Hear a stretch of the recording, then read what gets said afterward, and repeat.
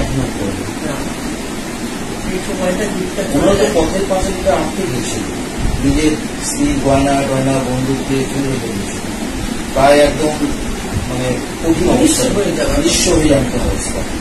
তারপরে তো West Bengal government এগিয়ে এলো এবং ইতিহাস ওটা মানে প্রথমে নিয়েছেন পথের পাঁচালী, ভুলবেন যে পথের পাঁচালী পথের উপরে বোধ হয় কোনো ডকুমেন্ট সেরকম। আমরা ওটা পড়েছিলাম ছোটবেলায়, অচেনার আনন্দ, বিভূতিভূষণ বন্দ্যোপাধ্যায়, পথের পাঁচালী একটা অংশ আছে, পরে সেটা আর উনি নাকি স্কেচ করতেন বলে যে আপনি অভিনয় করবেন, সত্যি করবেন স্কেচ করে রাখতেন কিভাবে কি হবে না হবে, এই ব্যাপারে যদি কিছু বলেন। সেটা ওনার একটা খাতা বলে না, লাল বাঁধানো খাতা, সেরকম একটা থাকতো, তাকে একটা দিকে সমস্ত সংলাপ হারানো কি হবে।